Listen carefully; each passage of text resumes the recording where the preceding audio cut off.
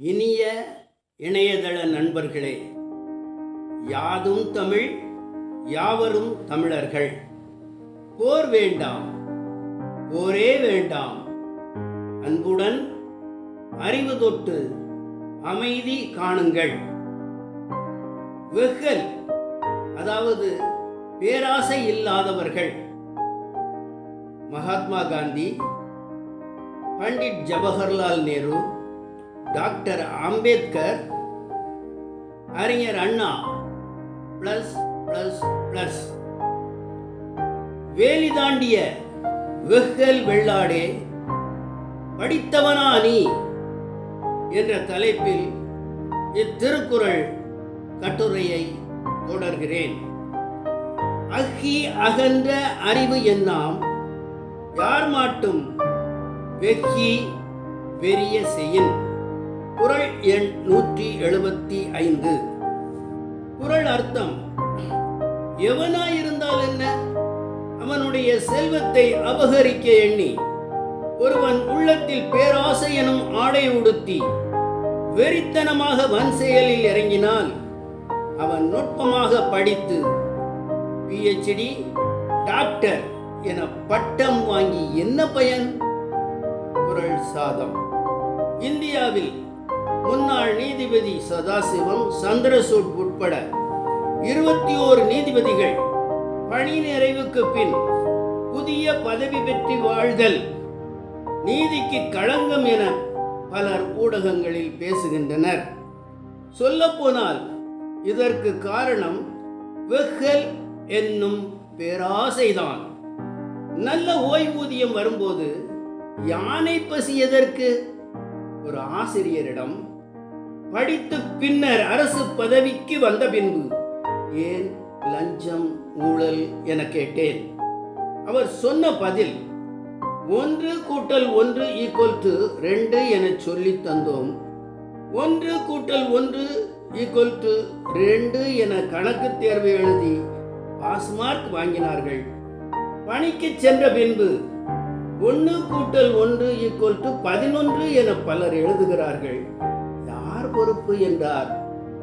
ஆம், பெங்களூர் முன்னாள் நீதிபதி குமாரசாமியின் தவறான 66-56 கோடி கூட்டல் கணக்கு ஓர் நல்ல உதாரணம். குறள் நீதிக்கதை. ஒரு கிராமத்தில் ஒரு ஏழை விறகு வெட்டி இருந்தான். அவன் பெயர் ரங்கன். கூப்பிட்ட குரலுக்கு ஓடோடி வந்து உதவி செய்வான். ஊரார் அவனை செல்லமாக ரங்கா என்று அழைப்பார்கள். ஒரு நாள் காலை விறகு வெட்ட புறப்பட்டான் ரங்கன். அவன் பையில் 5 ரூபாய் மட்டுமே இருந்தது. வழியில் ஒரு கடையில் டீ குடித்துவிட்டு நடக்க ஆரம்பித்தான்.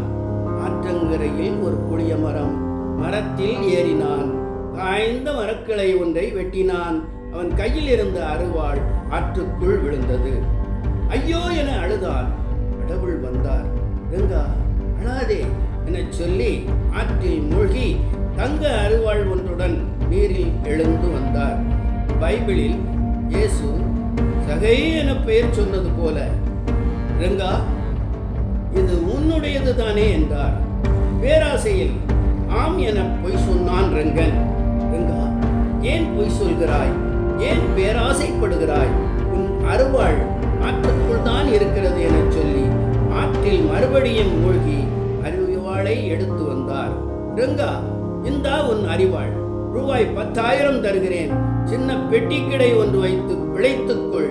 இனி அரசு மரங்களை அனுமதியின்றி வெட்டாதே என சொல்லி கடவுள் மறைந்து விட்டார். தமிழக முதல்வருக்கு பரிந்துரை. தற்போதைய தமிழக முதல்வர் மு.க. ஸ்டாலின். அவரை தளபதி என்றும் அழைப்பர். காலை உணவு திட்டம், மகளிர் உரிமை திட்டம், ரூபாய் 1000 கொண்டு வந்தவர். மசாலா பெட்டியில் சிறுபாடு சேர்த்த மங்கையரை அஞ்சலக சிறு சேமிப்பில் சேர்த்து மகளிரை மகிழ்ச்சி அடைய செய்தவர். அவருக்கு ஒரு பேராசை, தன் தகப்பனாருக்கு பேனா சின்னம் அமைத்து பார்க்க வேண்டும் என்பது ஆகும். ஆனால் சில தரப்புகள் அதனை விரும்பவில்லை. சென்னை கடற்கரையில் 4 உறங்குகிறார்கள். 3 என்ன பரிசு கொடுத்தாலும் பெறுவர். ஆனால் அறிஞர் அண்ணா அப்படி அல்லர். அவரிடம் நடிகர் எம்.ஆர். ராதா மோதிரம் பரிசளித்த போது வேண்டாப்பா மோதிரம் என திருப்பி கொடுத்தவர். அண்ணாவுக்கு பேனா சின்னம் அமைப்பது சாலச் சிறந்தது, அல்லது திட்டத்தை கைவிடுங்கள், பேராசை வேண்டாம். பேனாவிலா அண்ணா இருக்கிறார், உலகளவில் மக்கள் மனதில் பேனாவாக நிற்கிறார். கலைஞர் கலைஞர்தான், அண்ணா அண்ணாதான். தமிழ்நாட்டில் தங்கள் நற்பணி தொடர வாழ்த்துகள். இந்திய பிரதமருக்கு பரிந்துரை.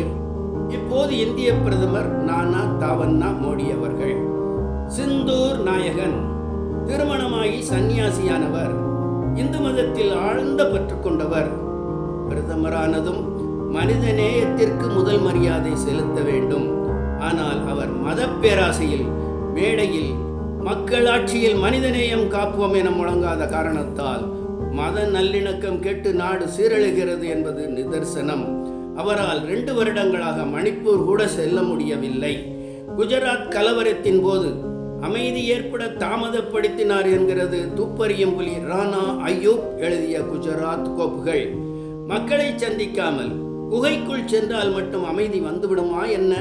சுதந்திர காலத்தில் கல்கத்தாவில் வன்முறை ஏற்பட்ட போது காந்தி பயப்படாமல் நேரடியாக சென்று உண்ணாவிரதமிருந்து அங்கு அமைதி ஏற்படுத்தினார்.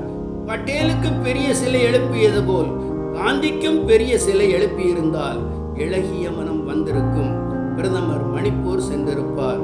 மனித நேயத்துக்கு முக்கியம் தராமல் பேராசை கொண்டு மதத்திற்கு முதல் மரியாதை தந்தால் நுட்பமாக படித்து டிகிரி வாங்கி என்ன பயன் என்கிறது திருக்குறள். அனுமான் போல் பிரதமர் குங்குமம் பூசி மணிப்பூர் செல்ல வாழ்த்துகள். குறள் பிரசாதம். செந்தூரம் எனும் தமிழ் சொல்லிலிருந்துதான் சிந்தூர் எனும் ஹிந்தி சொல் பிறக்கிறது. ராமாயணத்தில் சீதை நெற்றியில் குங்குமம் வைத்தாள். அனுமான் ஆசையில் குங்குமத்தை உடலில் பூசினான். பிரதமர் குங்குமத்தை பேராசையில் இரத்தத்தில் ஏற்றுகிறார். குங்குமம் இரத்தத்தில் கலந்தால் என்ன ஆகும்? பேராசை பெருநஷ்டம் என்பது பழமொழி. குறள் எண் 175 மக்கள் மத்தியில் பரப்பப்பட்டால் திருடு, கொலை, கொள்ளை, எல்லை தாண்டுதல் போன்ற குற்றங்கள் குறையும். மக்கள் மகிழ்ச்சி அடைவார்கள். பரப்புவார்களா? கவிஞர் சுப்ரத்னவேலு BA, திருக்குறள் திருவுரை ஆசிரியர்.